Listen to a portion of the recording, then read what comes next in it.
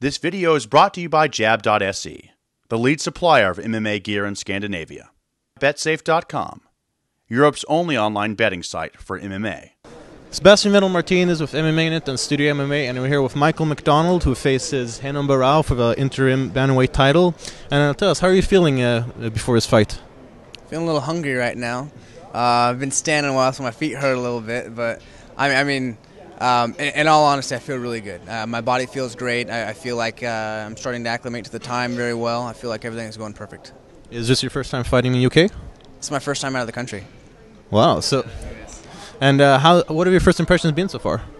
It's a different vibe, being around one vibe my whole life. I'm from the country in United States, and to come here and everything's a lot more relaxed. Everything is smaller, more condensed, and not as fast-paced, a lot colder than California. So it's just different, but it's not bad. It's just a different experience. It's cool. All right. You face Renan Barão, who last fought in Canada. The crowd did quite a bit of booing, both during and after the match. As both a fighter and a fight fan, what were your reactions to that match?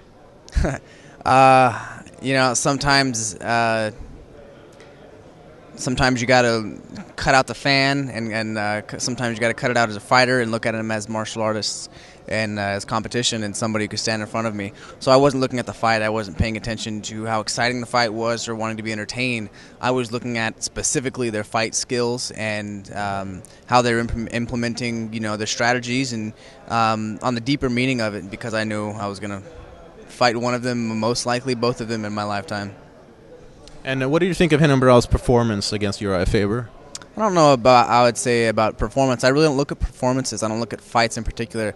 It's kind of like Bruce Lee saying it's not about a style. It's not about a technique. It's not about a combo. It's simple.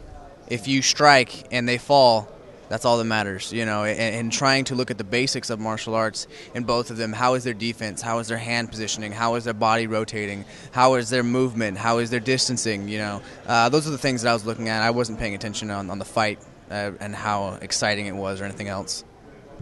You've been very vocal now, both before press conference and afterwards, about you don't really feel that much pressure, both for the title or as such. What do you do to be so calm about those situations? It's obviously a world title fight. You literally let it go in one ear and out the other. When I'll use this as an example right now, is when you're talking to me about it, I literally don't hear it. I think being a man in general, you have to learn how to be a good judge of when to let something in and when to shut your emotions out. If someone walks into my house and threatens my family, I have to be the one to put my emotions, my fears, everything aside, and I got to pull the trigger. If someone is coming in to hurt my family, and being a man, there's times when you have to do that. Men have to go to war. There's a lot of things that men have to learn how to do to shut those emotions off, and I feel like that's a God-given gift that a lot of people take advantage of and kind of lose sight of. And I feel like now is a time that I use that of, when somebody says something that I don't want, I feel like it's going to hurt my emotions, just block it out. I don't listen to it. I don't care about it. I'm listening for something that I can relate to, something that I can answer that won't hurt me. All right. Well, you had a very impressive performance against Miguel Torres, and I think a lot of people were already then talking about potentials of a title fight. How long have you known about the possibility of fighting for the title? I know the possibility is there actually very early on. It's a lot of, I guess you could say, publicity. It's about how much you market yourself at what time. You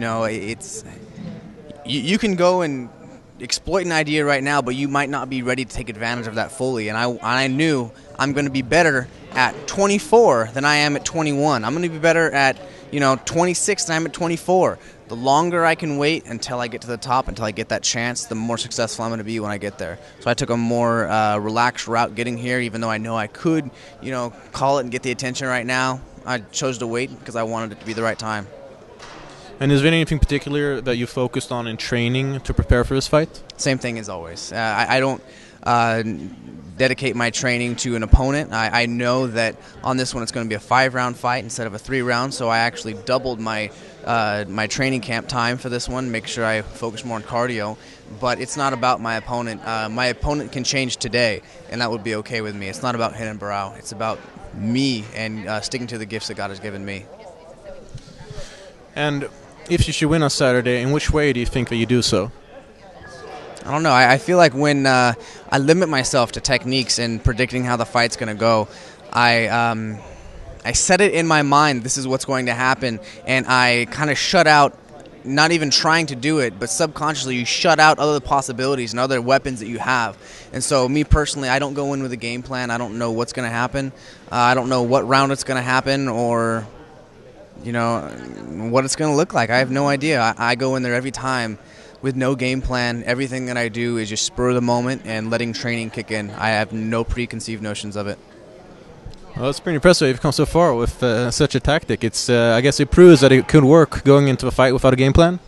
Yeah, it takes a lot of preparation, though. You know, it's something that I've done thousands and thousands of times. Every time I go into the gym and I step in front of somebody, I don't have a game plan. It's starting from now. As soon as I step in, I'm looking at their movement, I'm looking at their hand position, I'm looking at their head movement, I'm looking at everything before we go in. And it's after the first battle, at the first flurry, I'm looking at everything and how it's going.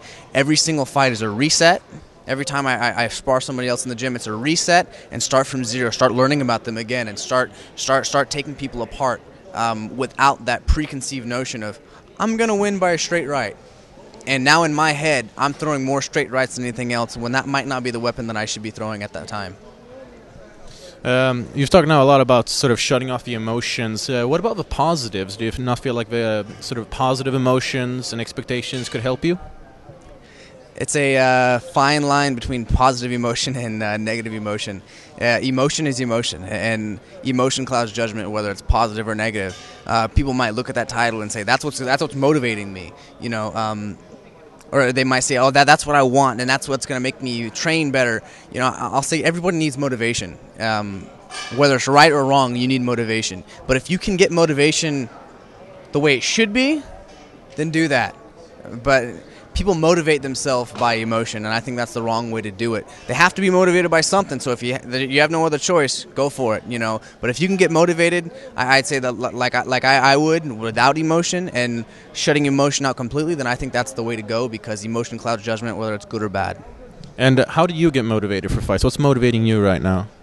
I love competition. I find it fun. It sounds weird. I find it fun for another man to challenge me as a man and to try to prove himself to me and say, I can break you.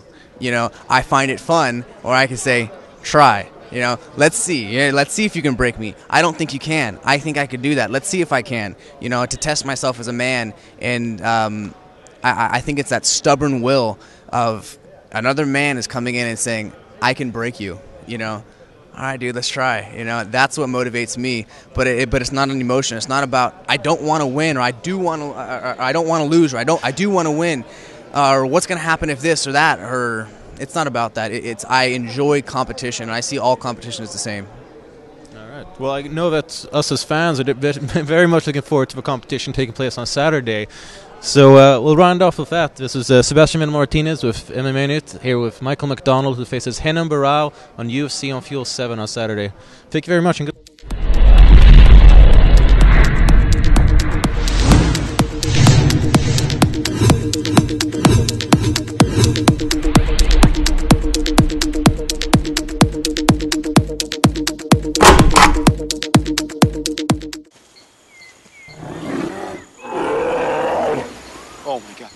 Programmet presenteras av betsafe.com.